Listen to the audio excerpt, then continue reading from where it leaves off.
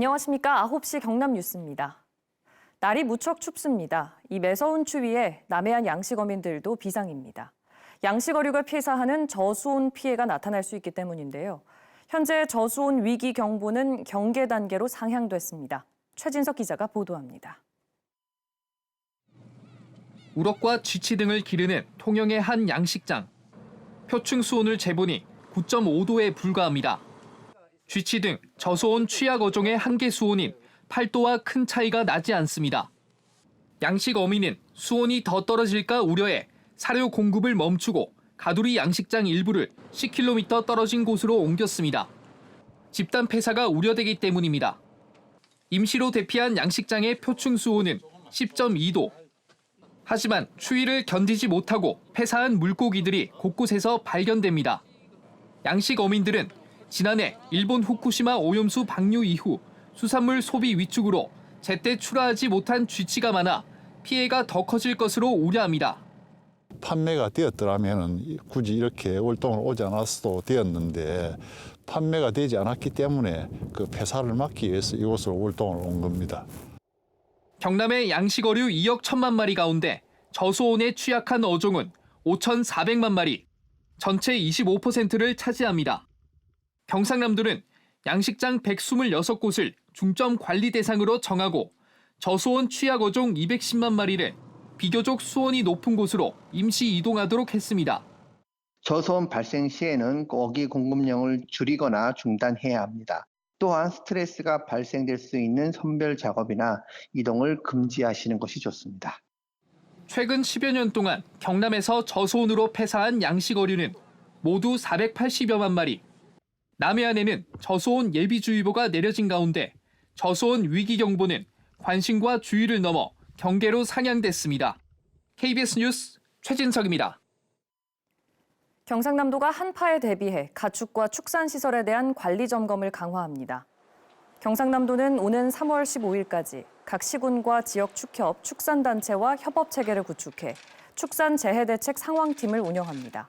또 각종 재해로 인한 가축 재해보험료 지원 사업에 60억 원을 지원하고 불량 전기시설 보수에 1억 원을 지원합니다.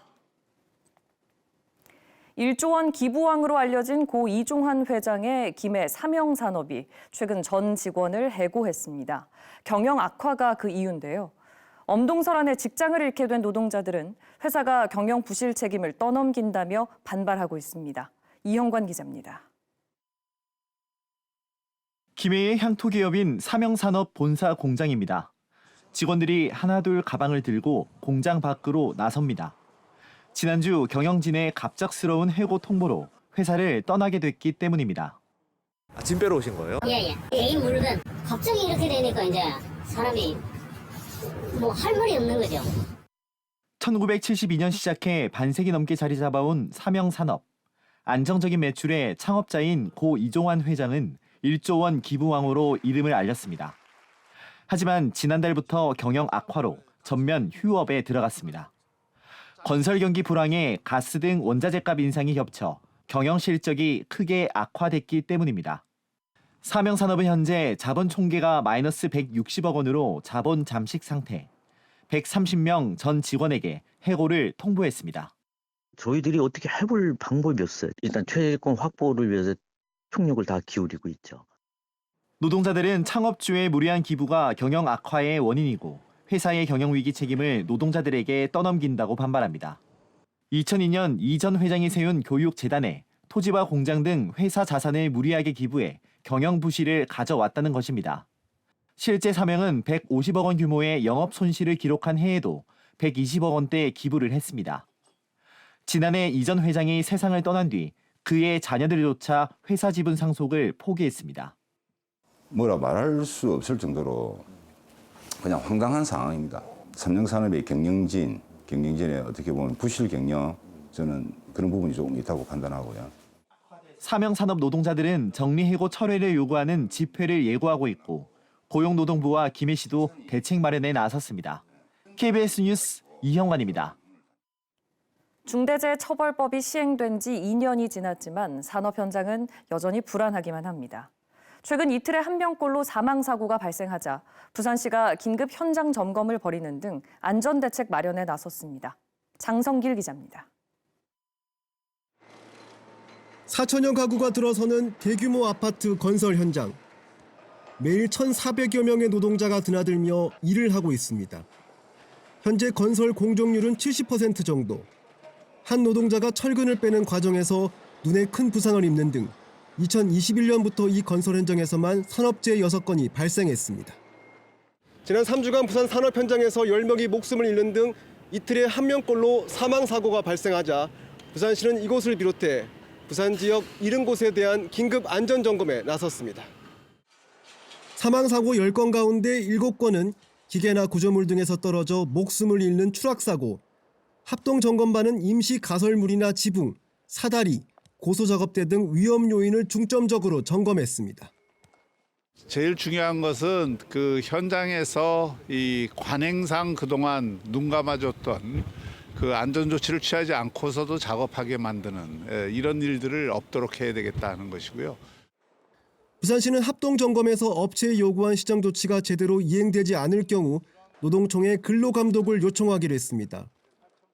재해가 빈발하는 50억 미만 소규모 사업장에 대해 행정 역량을 투입하여 특별 점검을 실시하고 특히 추락재해 예방을 위해 고소작업 및 개구부 작업의 안전조치 사항을 중점 지도 감독할 예정입니다. 또 사망사고가 발생한 산업 현장에 대해서는 최소 6개월 동안 월 한 차례 이상 불시 점검을 시행한다는 방침입니다. 부산시는 민간 합동 안전실태 점검 결과가 반영된 재발 방지 대책을 마련해야 공사를 재개할 수 있도록 하겠다고 밝혔습니다. KBS 뉴스 장성길입니다.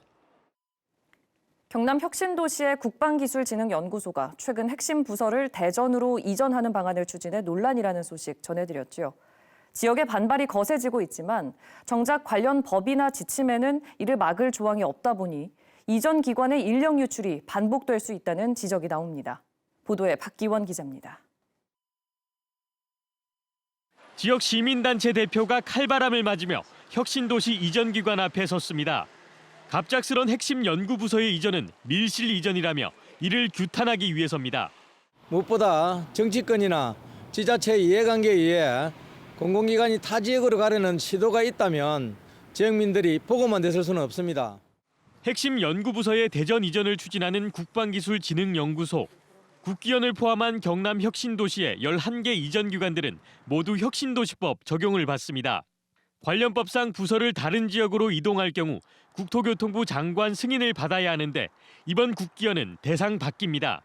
혁신도시법에는 지방이전 계획을 변경하는 경우 지방시대위원회의 심의를 거쳐 장관이 승인하게 되어 있습니다. 변경 대상은 지침에서 따로 정하고 있습니다. 그러나 지침에는 수도권 지역으로 직원 이동과 조직 변경만 대상으로 정해놨을 뿐 지방 간 이동에 대한 내용은 따로 규정된 것이 없습니다. 국기원처럼 진주에서 대전, 즉 지방과 지방 간 이동은 심의와 승인이 필요 없는 겁니다. 이런 사실은 국토교통부도 이미 알고 있었습니다. 국토부는 현행 지침의 문제점을 개선하는 연구 용역을 발주해 지난해 끝마쳤습니다. 하지만 용역 결과는 공개하지 않고 있습니다. 수도권만 다루고 있어서 문제의식을 가지고 있었고 그 부분을 포함하는 것도 저희가 검토하고 있습니다. 경상남도는 다른 지역으로의 인력 이전을 막고 지침이나 법을 어겼을 경우 제재하는 방안 등을 담은 혁신도시법 개정을 국회에 건의하기로 했습니다. KBS 뉴스 박기원입니다.